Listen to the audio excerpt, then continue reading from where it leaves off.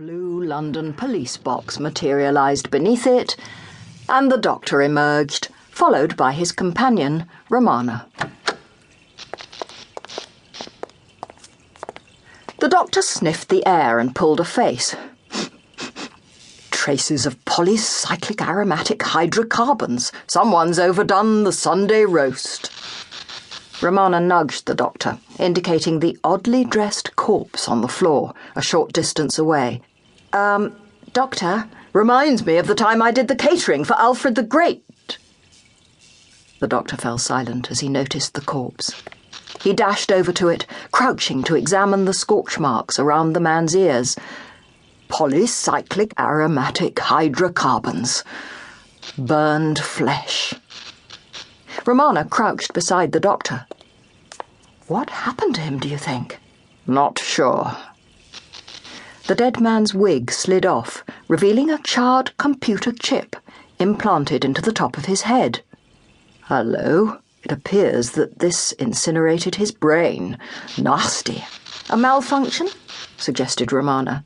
Well, one would hope so. It's hardly something you'd include as a deliberate feature. What was it for, then? Said Romana as she examined the remains of the chip. It's implanted directly into the frontal lobe. Something to do with long-term memory, perhaps, or cognitive enhancement? Perhaps.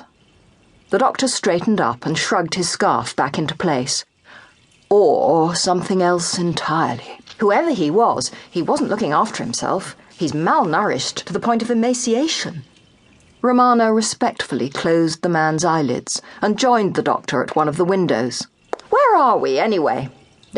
Well, that's a very good question, said the doctor evasively. I'm not entirely sure.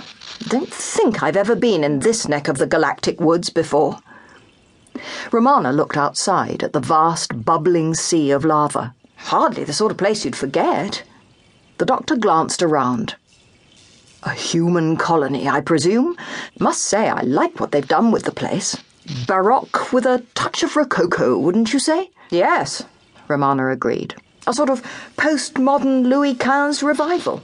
Though, of course, that's a little out of place, said the doctor, peering over Romana's shoulder at something behind her.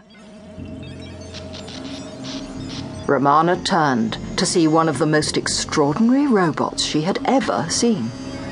It floated towards them in mid-air, looking for all the world like an ornate crystal chandelier, except that its various sections revolved and its lower appendages twitched like the dangling legs of a large spider. It had obviously been designed to match the palace decor, but had fallen into a state of disrepair, covered in finger marks, scratches and dents. Do not move. If you move, you will be shot. Are you sure? Said the doctor. Only then we won't be able to put our hands up, and that's what usually comes next. Isn't there also a bit about not making any sudden movements? Suggested Romana. Yes, the doctor grinned at the robot. It should be, first, don't make any sudden movements. Then, put your hands up, and then, don't move. Would you like to come in again? The robot examined the TARDIS, then swiveled its body to face the doctor and Romana with its two glowing red eyes. You will identify yourselves. Romana gave it a warm smile. I'm Romana, and this is my friend the doctor. The doctor gave a little wave. Hello there. The robot scrutinized each of them in turn.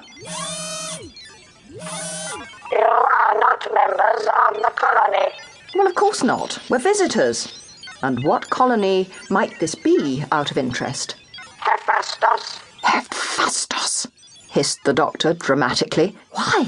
Whispered Romana. Have you heard of it before? No, whispered the doctor in reply. Have you? No, whispered Romana in reply. Oh, whispered the doctor in reply. While the doctor and Romana were whispering, the robot hovered over to the corpse of the oddly dressed man. It extended a probe towards him. This man has been murdered. The robot swiveled its fiercely burning electric eyes back towards the doctor and Romana. You are to be taken into custody for Interrogation.